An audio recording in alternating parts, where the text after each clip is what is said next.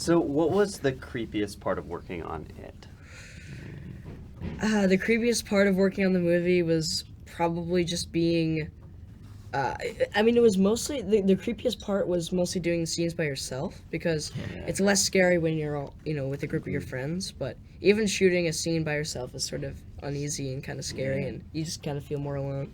And I think another thing that's really scary about filming it is definitely just having Bill Skarsgård there because he's huge. He's 6'4", and he's just with all the scary makeup and costume on. It's just like very unsettling having that looming over you all the time. Yeah. Especially when you're like expecting him to scare you, but he doesn't. So it's just kind of like, whoa, hello.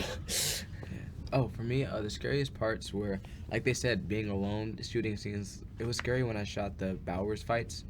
Both of those, either seeing Pennywise just shake the little hand, it's just kind of creepy. But my friends make it so much easier. Less creepy. Less creepy. So, speaking of Pennywise, what went through your minds when you first encountered him on set? Well, what went through my mind when I first sort of saw Bill in his Pennywise costume for the first time was, what did we get ourselves into? Because, we had met Bill before briefly at the table read, but we sort of kept our distance because, the studio wanted us to, and Barbara and Andy did, so we can have a more organic reaction. For me, it's funny. I was traumatized and excited at the same time when I first saw Bill, because at first it's just scary to see the demon. And then it was cool because like, man, this is gonna be good because this guy is scary without any effects. So Yeah. it was pretty exciting and traumatizing. Yeah, I mean, for me, just everything about Bill is kind of like, he's so nice, but with all the makeup on, and it's just, I don't know how they transform him so well to be just that scary, but, They did it. they did it, and they did a great job. So. I remember even when he did the table read. Yeah, And he was even in even the doing table the read, voice. it was really cool because he He was testing out was different testing out voices. different voices. voices and trying to get a feel of it, and so we were like, oh, it's all that's coming pretty together. good. Oh, no. Yeah. So it was really cool how they transformed Bill. How did the director, Andy, kind of transform the Losers Club? How did he prepare you guys for your roles? Well, our acting coach, Ben Perkins, shout out to Mr. Perkins, awesome.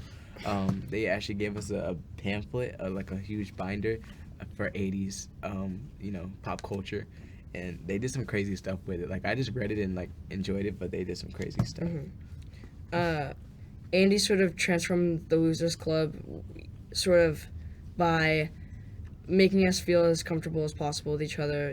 Ben Perkins did that the most, but Andy really made sure that we were comfortable with our characters and, could be free with them and do whatever we want with them, and I think it felt very freeing, yeah.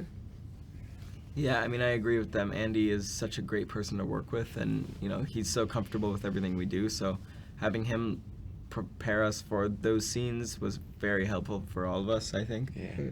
And, yeah, as Chosen said, shout out to Ben Perkins. He's such an amazing guy, and he was also a big help on the set, so, we had Andy and we had Ben to comfort us, and it was really helpful. So what, in your opinion, sets the Losers Club apart from, like, any other clique of friends? Cool. I don't know. I'd say a lot of things, actually. The main point is that we're all outcasts. Like, none of the cliques want us in their cliques. And I like that. I just said cliques twice, but that's, people don't want us included in their stuff, so having each other is very, very different from what other people have, because we have a bond, and I know some people prefer to have tons of friends that they don't connect with very well, but I kind of relate more to the side of I'd rather have 4 best friends than 40 friends I can't trust. Yeah. So. Yeah. I agree. I feel that what sets us apart from other groups is the fact that we're so strong within ourselves, because even if you look at the bullies, the whole Bauer gang, they have so much discord between each other. They're really not really friends, like you said. They're really just kind of envious of each other in some degree. But with us, because we know what it feels like to be rejected, we're so ready to accept anyone who's willing to accept us. So that makes our bond so tight, and that's why it can't defeat us like you defeated, say, the bullies. Yeah. Something you really see in the movies is the Losers Club kind of growing together as the movie moves on. Progresses here. And I'm wondering, in what ways did your friendships, from on screen, kind of spill over into real life? Did you guys become better friends as you got to know each other on set? Yeah, I think the friendships sort of developed over like a week because we had 2 weeks to sort of hang out with each other before the movie even started, and we just immediately trusted each other because we were doing like trust games with our acting coach Ben, and he was teaching us sort of how to get along with each other, and we just immediately clicked and all became friends. Yeah. Yeah, I mean, oh, sorry. Oh, no. Okay. Yeah, I agree. It was like the first 2 weeks we had together, it was just spent bonding with each other. With our acting coach, again, Ben Perkins, he's the one who really helped us trust each other, and through various activities like trust falls and acting exercises and a lot of other things that would be too long to list right now, but he's the one who really set the foundation of our friendship. And it's weird because if it was anyone else, I don't think we would have bonded as well, because it was just like a match made in heaven. It's crazy. Yeah, we're destined to be friends. Exactly. What do the Losers Club kind of learn about friendship, do you think? I think because the Looters Club started off with a main four, and as the movie goes on, they added new characters to the mix. But I think what they learned, because even in the group you see discord as hard times come and Pennywise starts to pick off people. So I think they learned that friendship is a tough task to really be a good friend. A lot of times I think we have the misconception that friendship is easy, but when you're really trying to be a true friend and willing to really die, they're willing to die for each other. I hope I would be able to face a monster because they had my friend, but I don't think I would be able to because I'd be too scared. Mm-hmm. But I think they learned that it takes work, and it's so rewarding to really have a group of friends that you can count on, so it's worth it. Cool. Let me ask you a couple of very short questions.